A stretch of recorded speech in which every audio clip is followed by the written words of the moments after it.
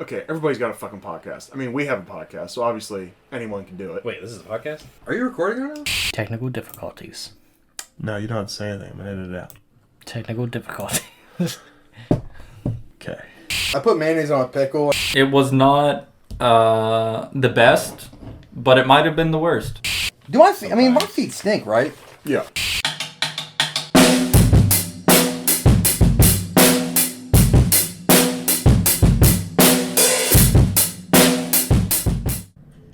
Hello. Heyo. Dakota. It is the third movie of November. Why on God's green earth did you pick this movie? Just one of the movies that I like. You know,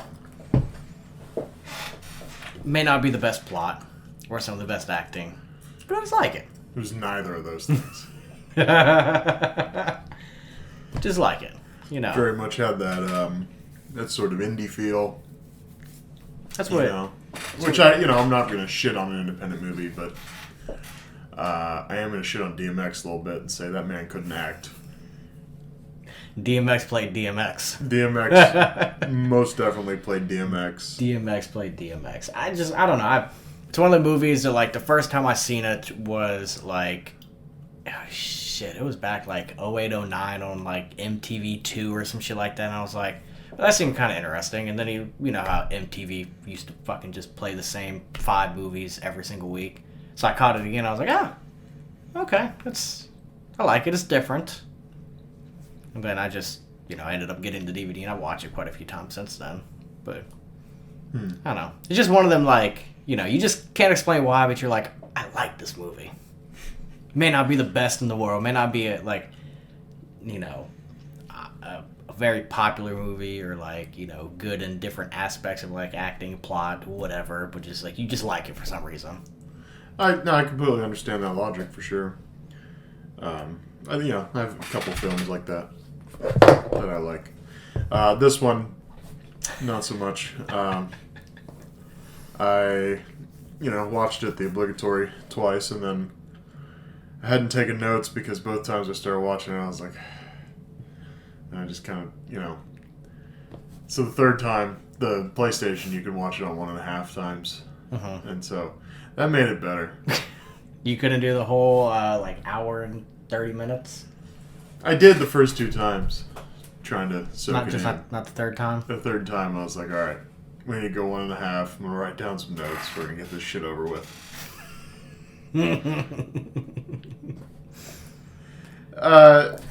Yeah.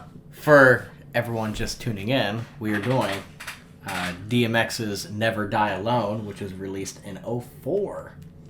Yeah, I mean, it's titled "Never Die Alone." Yeah. Well, this isn't the radio, man. I mean, could be.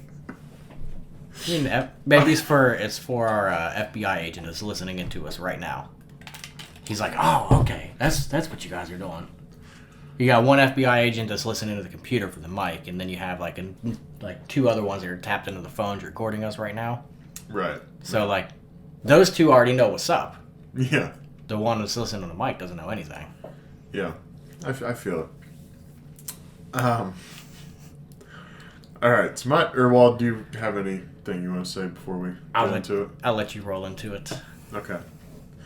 I was wondering what was up with the Enter the Motherfucking Dragon as Mike would walk in the first scene, and then when DMX's character walked into the blue room that belonged to the big kingpin guy. Mm-hmm. I don't know the significance of that other than it just tying them together from a story standpoint of like that's the father and that's the son, but it never came up again. I thought maybe it'd be of some significance. I was just a little confused by that whole thing. I didn't know if there was some hidden meaning thing that I maybe missed. I don't have an answer for you on that one. Okay. I mean, it showed an Edna tattoo on Mike when he was in the shower. Yeah. By the way, the whole, King's doing his little tape recorder thing to start the movie, and then it goes to like this like hard DMX beat to a dude in the shower, and I was like, what the fuck is going on? Well, that was for the ladies, because ladies love Michael Ealy. So. Oh, is that it? Yeah. Okay. It's the light skin, tall and handsome. Okay. Give the ladies something to Yeah, a rhythm something to diddle to. Yeah. Alright. Can't take DMX seriously at all. Don't like that a dead guy narrates. I've never liked that concept.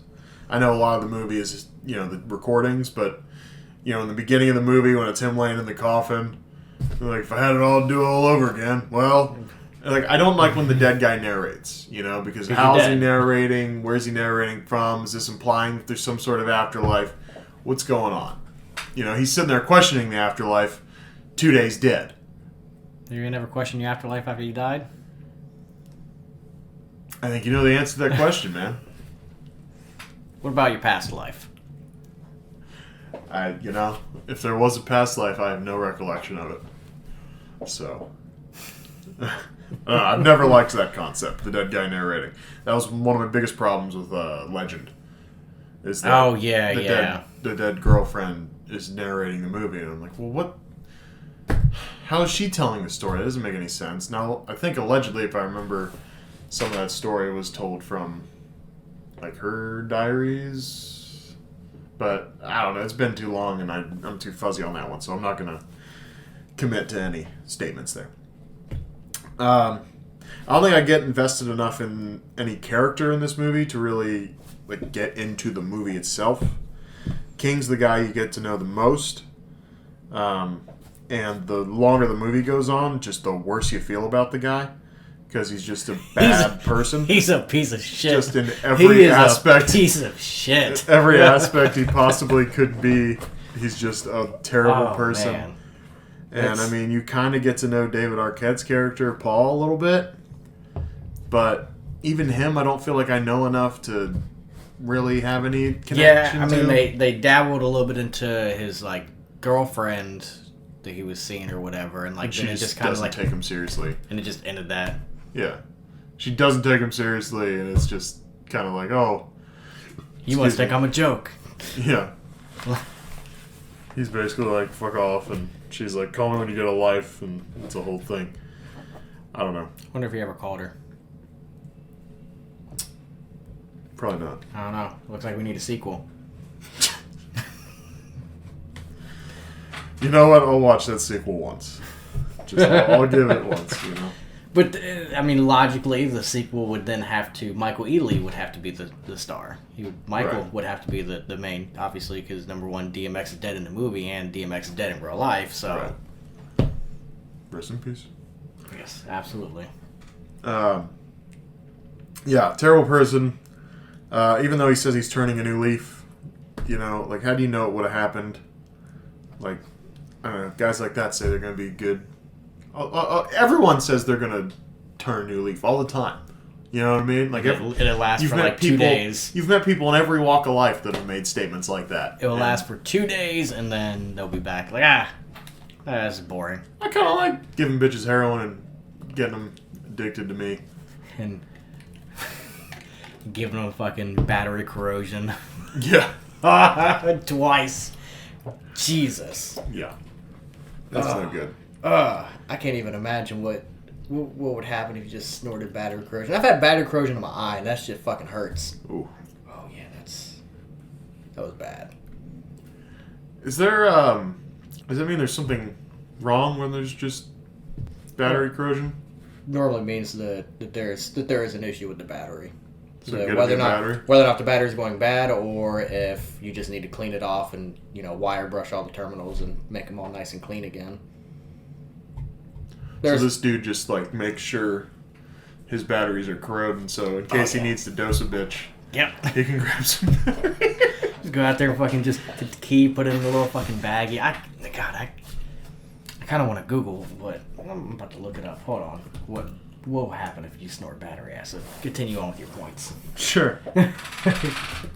I thought it was funny. This is, the cunt side of me kicking in a little bit of, he goes to the Blue Room, which is the bar, and that belongs to that Kingpin guy. I don't remember his name at the moment. But I don't know. He asked her to get the fucking Moon. There we go. Moon. Yeah. Couldn't remember. Asks her to get Moon on the phone, and then he asks if there's a place he can talk in private. And it's like, well, hasn't he been here before? So, like, I don't know. Shouldn't he know the place? She's like, go in the motherfucking bathroom if you want some privacy. It's like, he should know that. Hasn't he been here? I don't know. Anyway, just me being a cunt. Did you look up battery corrosion? So, it says that it won't get you high or give you any good feelings, but it will damage the tissues of your body, which it makes contact with, and in the best case scenario, will cause blistering of those tissues. But more likely, it'll burn your lungs so bad that you cannot absorb any oxygen. So then when you inject it directly into your bloodstream, you're fucked. Yeah. Yeah. Yeah. Makes sense. Thank you, answers.com. Why someone specifically asked that question in 2019, I don't know, but I also just asked that question in 2022. But it was for the same reason. Yeah, maybe they were watching the movie and they're like, What's up with battery acid? This stuff looks good. Like, it's blue and like white. It kind of looks like cotton candy. Let me just snort it real quick.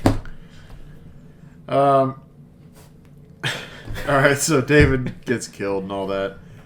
I don't know why he would just have the pink slip to his car on him in the hospital. Yeah, that's kind of just a weird thing to have with you. He had a...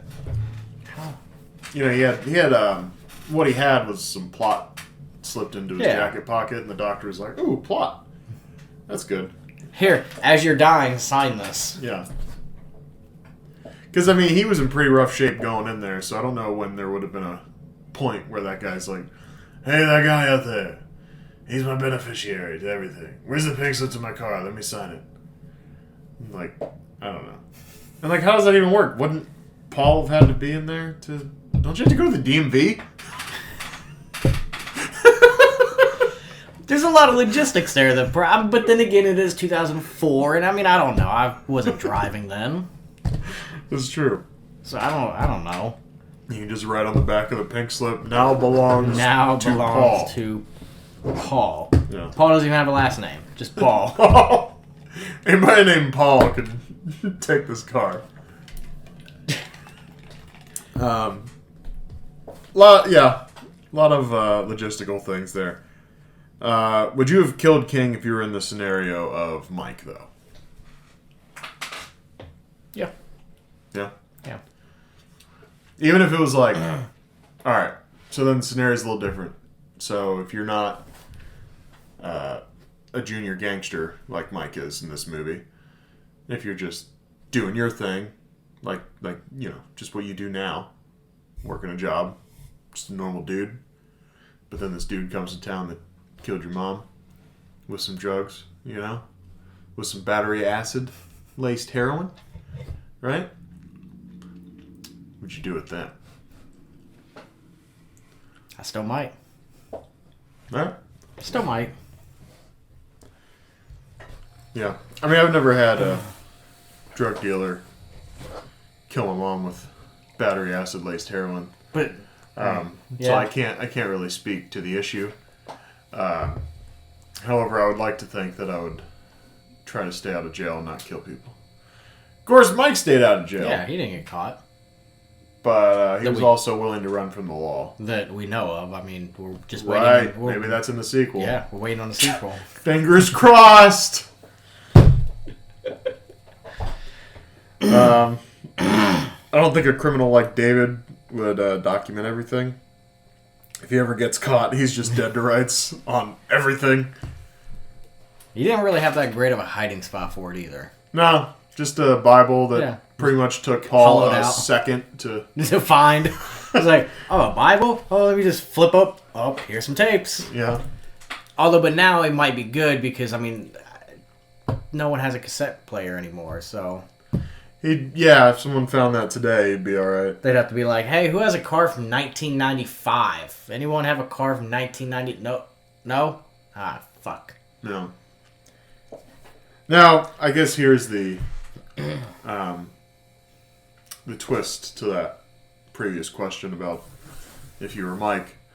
If you knew dude was your dad, are you killing that guy? Having done what he did to your mom. Still might. Still might? Yeah, because, I mean, was that, like... Bitch, I might. That could... that can be your dad. Your biological father. But is it your dad? Was he actually there? Did he fucking raise you? I ain't got no fucking... Excuse me. No ties or connections to this motherfucker. Right. I'm just a random-ass person. Dude. That happened to be a sperm donor for my cracked-out mother. Yeah. That's fair. That's good. Yeah. Anyway, back to King David narrating everything. Don't think he would document. That would make him guilty. Also, him just narrating everything is just extremely cheesy because it's DMX's voice, and you just... I don't know. Just DMX is talking to you the whole fucking movie. Just like in last week, Four Brothers, it's Andre 3000 talking to you. It's like, all right, when's that? Yeah, about to play Roses? What's going on? Where's Big Boy at? Yeah. What the fuck was up with that jazz singer? There's no subtitles for her. The subtitles literally just sings jazz. Yeah, sings jazz. And it wasn't... maybe it was a language, but it sounded like fucking gibberish to me. It didn't sound like any language I've ever heard. It didn't sound Spanish or French or anything. I was just like, what the fuck is up with her? But then she spoke English at the end. Somehow take a cold wind away from her, blah, blah, blah, and everybody claps like that was some great performance. I mean, if that's a great performance, I mean, you can get me signed to a record deal tonight. Because I can spit some gibberish. I mean, when's the last time you've been to a jazz bar? We'll go tonight. So then, I mean, I'll sing some gibberish. You don't know what a great performance is if you ain't ever been to a jazz bar. Have I ever been to a jazz bar? No. So I don't know what a great performance is. No, but I watched one on TV once, and I'm pretty sure I can get a record deal. Mike's doing work. Mike goes around, he's killing people, he's tying people up. He's luring people down alleyways with $100 bills. He's doing work. I appreciate Mike. Mike's probably one of the cooler points of this movie. Mm-hmm. When he's just all of a sudden on somewhat of a revenge mission. How would this is kind of skipping like backwards in the movie. Yeah. Talking about Blue. Yeah. Can you imagine getting stabbed in the eye with a fucking screwdriver shank? Yeah, that'd be pretty bad. And then just the fact that and then you sit there and you get set up. You think like, oh, we're gonna go to a garage. The fact that he told Moon when Moon asked anyone else in the car, and he looked at the rear view mirror, looked at his sister driving, and was like, no. Yeah. Look at that, she got fucking blown away because of it. Yeah. Although it kind of makes me wonder what would have happened if the same thing would have still happened if he would have been like, yeah, my sister's driving. Right. If they all still would have got fucking shot and killed. Yeah. Or if he would have been like, drop her off and then go to the garage or whatever. Maybe he's one of those. If you're an innocent bystander, we don't fuck with you. Yeah. Yeah, I'm wondering what was going through his mind there. He might have been like, these gangster types, right? He's probably like, oh, if I tell my sister here, they're going to kill her. Yeah. They're looking at it, she fucking got killed anyway. Or tell me to kill her or something, Yeah. Logistically, yeah, he was probably trying to cover for her, but in the end, it did not work out at all. And by in the end, I mean 5 minutes later. Yeah, in the parking garage. In the parking garage. Really, the source of all his problems was Blue. Because Blue initially was covering for him. Like, oh, I'll go do this, And then he couldn't leave, and then he King got an couldn't- attitude with him. He couldn't handle King talking shit to him, and he's like, all right, let's get this motherfucker. I'm like, Yeah, you want to kill somebody because he said you look like Grizzly Adams? Is that how serious you take shit, man? yeah, that's the thing with you young motherfuckers. You don't know how to dress. Right. All right, but I'm about to kill you now. So really, if Blue would have just gotten in the car and been like, all right, let's go. Mike's fine, his sister's fine. That would have been the end of the movie. Yeah.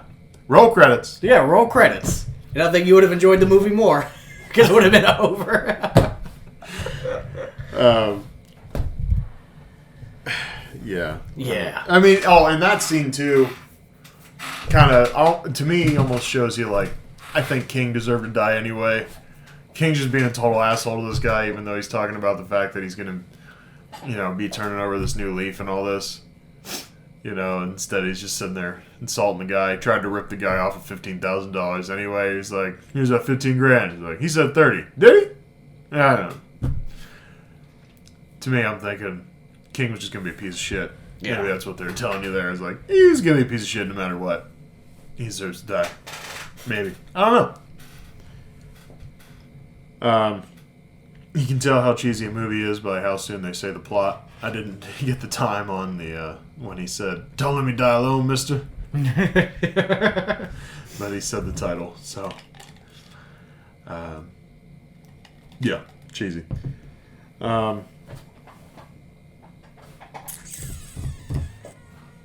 Okay, so the drink interaction with King and Juanita. She said she apologizes to him at the end of the interaction, saying, "Sorry about your drink." But that was like the most clunky interaction where she spills that drink ever, because he's like, "What's your name?" She goes, "Busy," and then walks into him, though she's got a drink in her hand. But then she says, "Sorry about your drink." So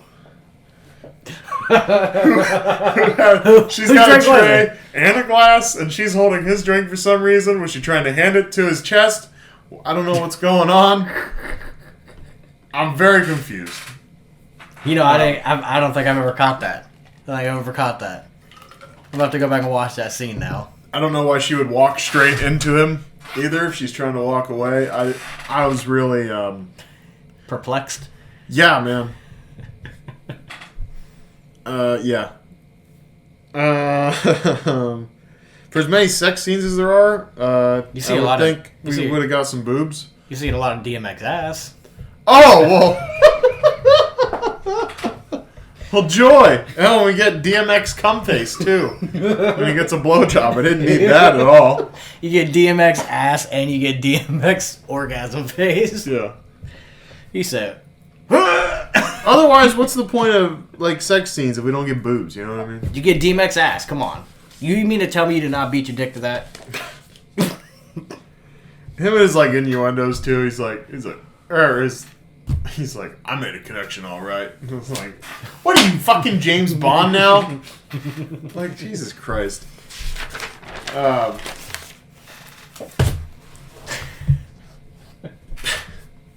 I've never been a part of a breakup before, but something tells me that breakups don't go that smoothly. The one between him and Janet. He's like, I think it's time for you to move out. And she's like, David. He's like, you just gonna sit here all day going, David.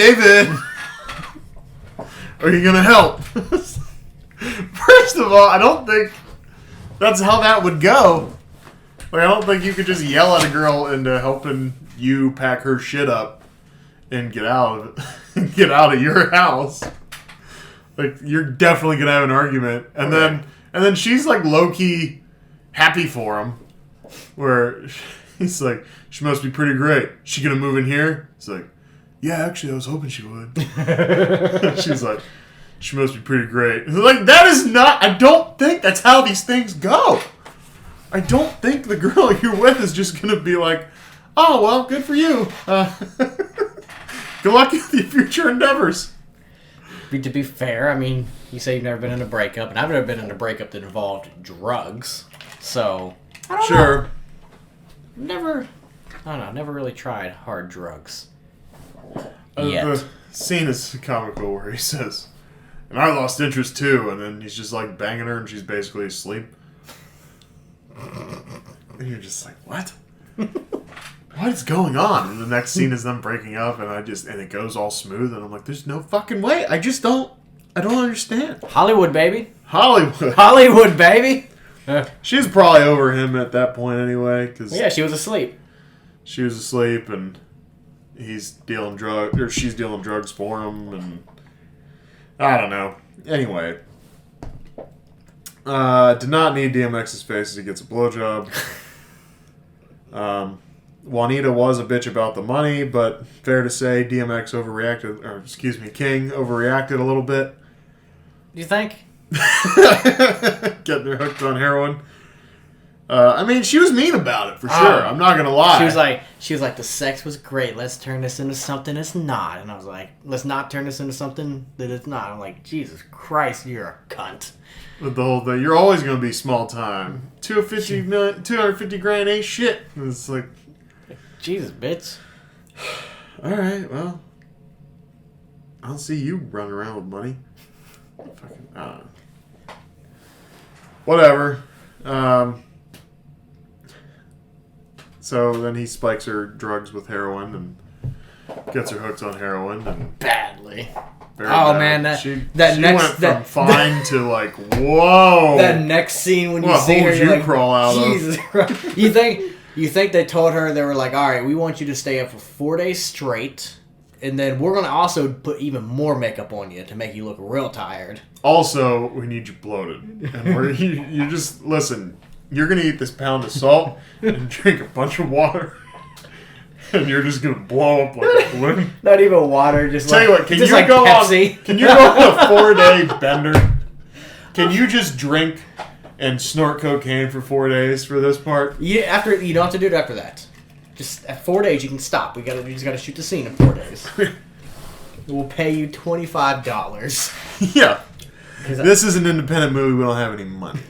This is all about... we were hoping to give you an IOU and maybe give you some money if we make any in the box office. This was all about personal fulfillment. Yeah. It's an independent movie. It's not about money. No, it's never about money. This is mostly about DMX. Yeah.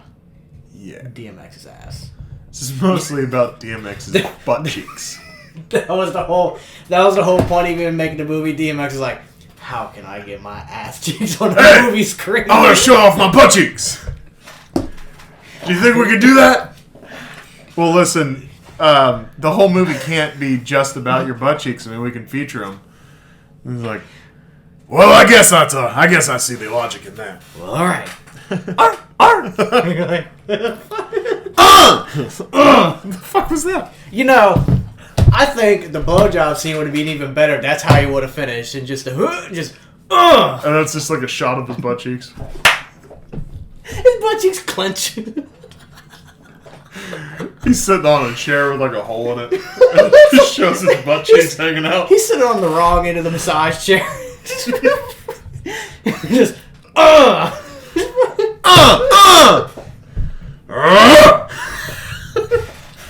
Oh shit. Yeah. So they go back to the scene before he doses Juanita with battery acid and heroin. They go back to Mike as a kid. They found a great resemblance to Mike as a kid, and he had that fucking like. It was almost like that kid was a cartoon, just like the angry face that kid had on in that scene. Mm-hmm. I don't know. It was just really funny to me how he's like he just had like it was almost cartoonish to me. But like found like an eye resemblance to the older actor. What'd you say, Michael Ealy? Yeah. So that was interesting, but I'm being cunty here, but how much younger could his sister have been? Because they didn't look that far apart in age in that scene. In in the childhood scene. The childhood scene. Yeah. I don't know. I mean, I don't think his. I think like maybe he was in his 20s in the movie. Yeah. Early 20s, and she. I mean, because it's been 10 years, but I'm saying like, how far could the age difference? I mean, maybe 20 and 17, maybe because like maybe still in school. But yeah, and he's like telling her what to do as if he's like years and years older. But like, It might maybe be 3 years. I don't know. It's interesting. Also, yeah, again, it's me being shitty. As a little bit of piece of backstory that we do not get whatsoever. Okay, after their mom overdosed and died, who the fuck raised them? Because it wasn't just like, hey, let's just stay in this house and your 11-year-old brother can take care of your 8-year-old sister and you just live here and... Right, and they're still living in the same place. Yeah. Who raised them? I mean, Moon just took them in. Moon just popped in every now and then. I adopted you guys. You got food. You good? Okay. Here's some Snickers bars. You know you when you're hungry. Here's some Snickers bars and a couple 40s. What? We're 15. I'm 15. I can't drink a 40. I couldn't find no 15s. I could only find 40s. These make me feel funny. I don't understand it. I just want some juice.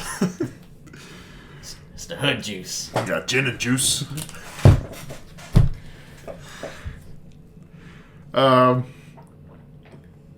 Yeah, I guess. I guess this movie. I'm just kind of skimming the end here. I don't have much more. I guess it all works out in the end because Mike gets an inheritance essentially. Even though it wasn't. Even though essentially King left his inheritance to fucking Paul. But so like David owns up to his responsibility and gets killed, and one might argue part of his responsibility was to get killed because karma. Paul gets the job, but apparently he wrote the story in like a day because it says 2 days earlier, and then he's in the guy's office the next day. So, whatever. Well, and on top of that, so like let's in theory put that. So the title of the story is Never Die Alone. Yeah. So let's put in theory that he had wrote that and it turned into a movie, and that's what the movie's coming out based upon a true story that Paul wrote. Sure. So you mean to tell me he was typing up to the moment that the movie got turned in? Like he's walking to the editor's office, he's like, all right, yep, we're walking to the editor's office, I'm add this in here, and he accepts the movie. Oh, I didn't write accepts. I wrote denies. Fuck. That's why he didn't like it. I don't know that you can get a newspaper writing job. I imagine that's what that was. That's the impression. Yeah. I don't know how you get a newspaper writing job Like with a fictional story. I don't know. Yeah. I mean, unless, you're working for Fox News. Wow. Firing shots. This is an anti-politics podcast. I appreciate if we didn't And take political stances. And CNN. There you go. Even Hey, it's neutral now. our rating just went back up. Hey, look at that. It was like, for 2 seconds there, it was like 0 out of 10, would not recommend. And then it was like, okay, we're good. Okay, they're decent. It's a generic joke. The scene when Moon gets killed. Where the fuck did the gun come from? Because, like, you see, like, oh, he got the two twins, the two bitches in the fucking hot tub, and he's not paying attention. And then, like, fucking here comes, Mike, and he comes out of nowhere, and then just like, fucking he just sits with a gun in his hand. He just sits in, no matter where he's at, he just got a gun in his hand. He just Right. So he just had it in the fucking hot tub and just. It does logistically seem like he would not just have a gun in a hot tub with him when he's snorting cocaine in a hot tub. And no wonder he didn't hit a kill shot on him because he was fucking like hip firing underwater. Out of the water. Out of the water. He's lucky he hit him at all. Yeah. It's a miracle he hit him. I have miracle luck. Yeah. Miracle would have been a headshot. Yeah. Luck is hitting him in the arm like he did. At all. Like, through the water, high off of cocaine. Yeah.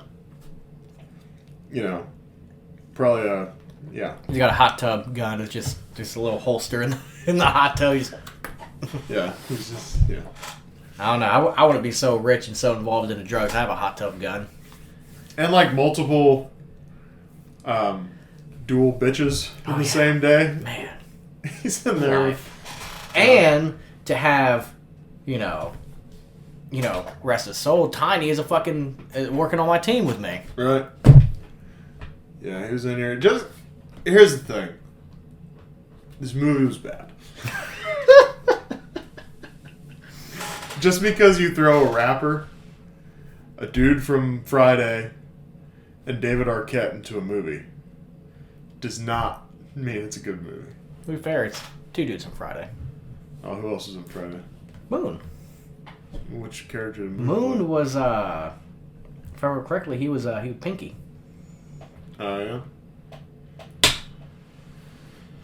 Well, I did not recognize Yeah, him. Friday After Next, he was Pinky. Oh, Friday After Next. Yeah, Wow. which still came out It's before in the that. series, but yeah. Still came out before Yeah. Never Die Alone. I would argue, I mean, I don't know. Is Friday After Next as big a deal as, like, Friday?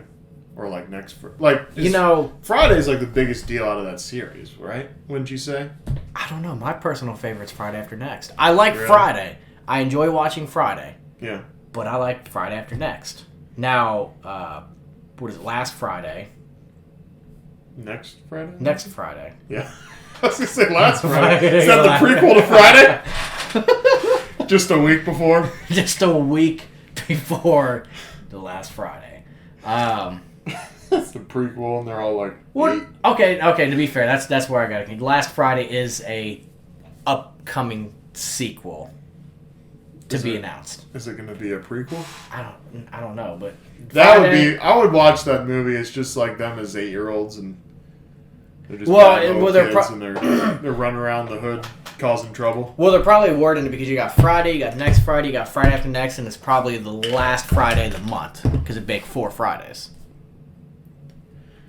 Last Friday makes more sense to me if it's them as like 12-year-olds though, So or 8-year-olds. Whatever you want to do, you know. sorry, I lied. Okay, I got my all right. Or obviously, it's when the obvious- parents are teenagers. obviously I'm fucking fried because I got my Fridays mixed up.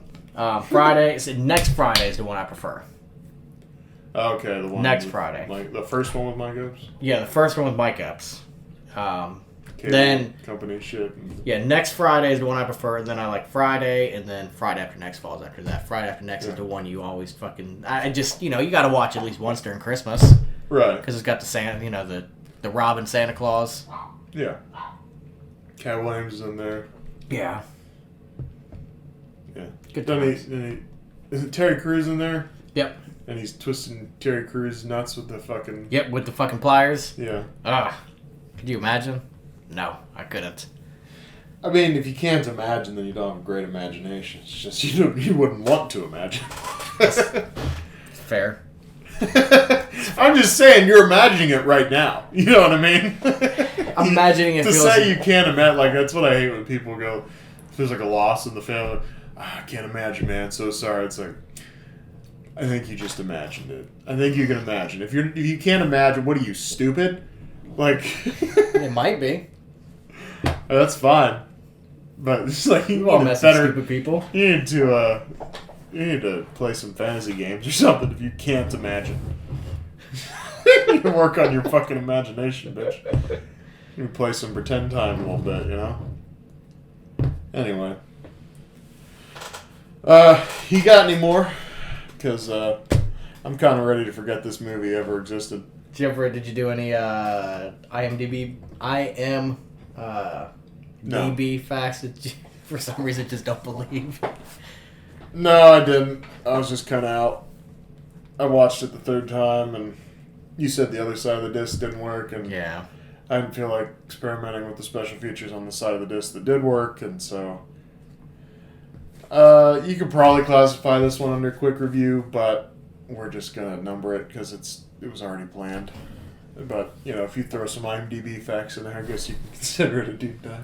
So, there's only one, because I just quickly clicked on it. There's only one that just kind of catches my eye that I wanted to read. The shooting of the sex scene between Jennifer Sky and DMX, which was, I believe, the Janet. Bayside girl, whatever. Janet. The shooting of the sex scene between Jennifer Sky and DMX took a long time. Both lost control during the shooting, so the scene intensified. So they What fucked. does that mean that they fucked, or does that Well, mean? see, that, I was like- wondering about that because they were both awful naked and awful connected. So, And like, I mean, I know. so DMX was basically like, I want to put my butt cheeks and fuck a girl on camera. "You want to fuck? Oh. Hey, listen. I was thinking we make this one real intense. Let's just tell them we lost control." Okay. I'll give you some coke later, bitch. What these bitches want. That's what these bitches. I ain't never met a bitch alive that didn't like a little coke now and then. I don't like. I've always known that, like, you know, they do the whole like skin, like flesh or skin colored, like basically like. I call it a fucking giant band-aid that they put over like the private parts, so that people can be like naked, but like their genitals are still covered up. So like you would think that maybe they would be wearing that, like, you know, DMX got the fucking thing on his, you know, basically strapping his nuts to his gooch and stomach. She's got the little thing covering her fucking coochie, and unless if they were like, It's Nah. an independent movie. They We don't don't have any need- of that stuff. we don't need that. DMX was like, "Nah, I won't get hard. I just won't stick it in. I'll rub it on top. I'll just put the tip in." I'll rub it on top. I'm really curious. Like, I kind of want to like. I want to. Maybe that's in the special features. The full clip of that. There's like a. No, now I gotta go to Play and buy that copy that they have. If the other side doesn't look so scratched up. Yeah. Well, I mean, And see if maybe it's, you know, a DMX porno, which, I mean, it's kind of. I don't know how I'd feel watching a dead guy fuck. I don't know. I mean, know. It's all recorded, you know. You ever watch an old movie where a girl's hot, or Yeah. like an old movie, like not even a dead girl, you know, just a girl that's old now and doesn't look great. But That's fair, you know, but she's back still then, alive. She Like, looked really good. if she's still alive, you could still fuck her if you wanted to. Well, I mean, you could fuck her. All right. Well, the point of watching that old movie and going, "She's hot," definitely isn't like vetting who I want to fuck. You know what I mean? So, I'm not real sure your logic where you're going here, but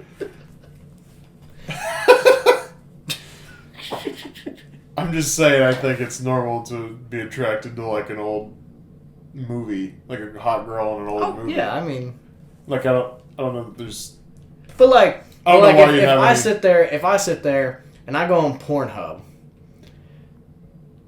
Why don't you look up? If I go on Pornhub and I click on a video and I know that this specific porn actress has passed away, Yeah. I can't be, no matter how attractive she is, I just can't beat my dick to it. Like, not even like a in memorial like type beat. Like, this is for you. Never forget. I'm gonna leave an RIP comment underneath this video when I'm done.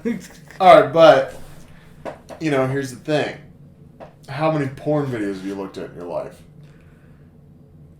Right. Right. That's fair. You're telling me you don't think one of those girls didn't die a premature death, But and I you don't- had no idea? But I don't know. But if I know, it's the knowing is the factor of it. The knowing is the factor of it. All right. So you're telling me, you know what this? No, what are you telling me? What am I telling you?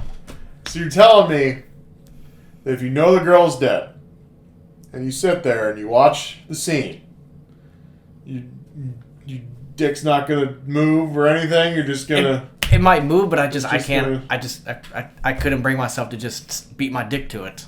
I don't know. I'd be like, damn, she's probably watching me right now, like this, motherfucker. Well, she did it for a living. She probably doesn't care. She's like, oh, I'm glad I'm being, remembered. This is for you. I don't know, man. I was gonna say, why don't you look up that actress's, see if you can find an interview with that actress. See if she's like, yeah, we had sex.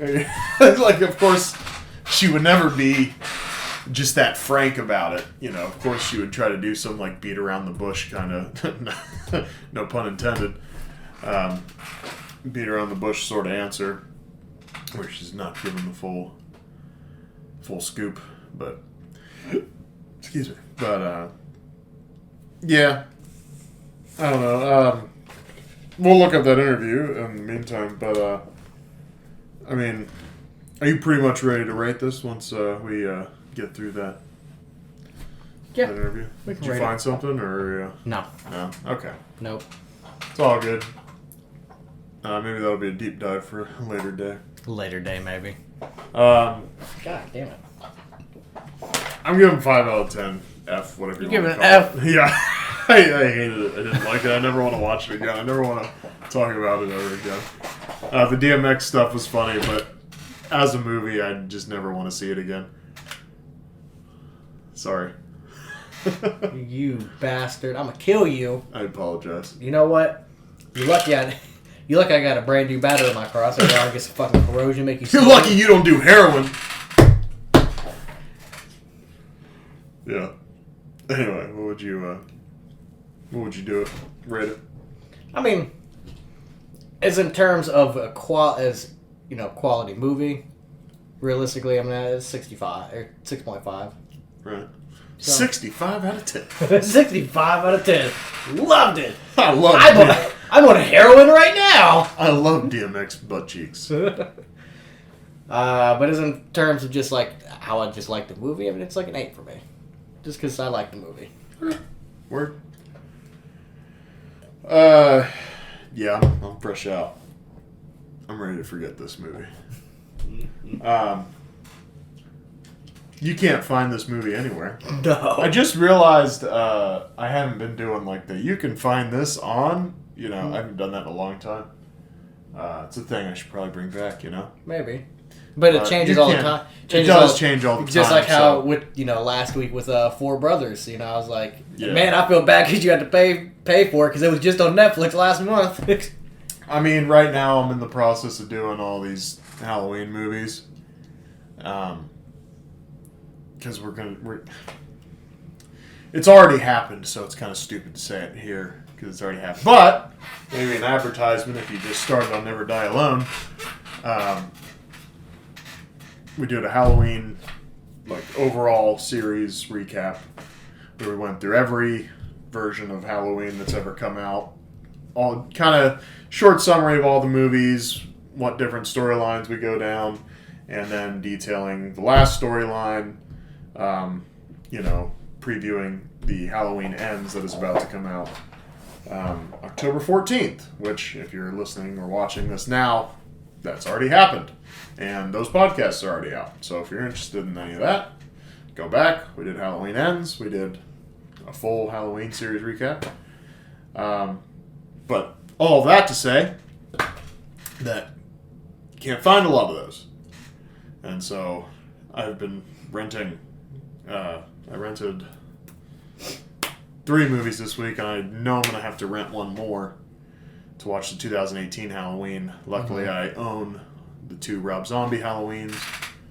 I was able to find Halloween 1, Halloween 2, Halloween 4, Halloween 5, all on YouTube for free.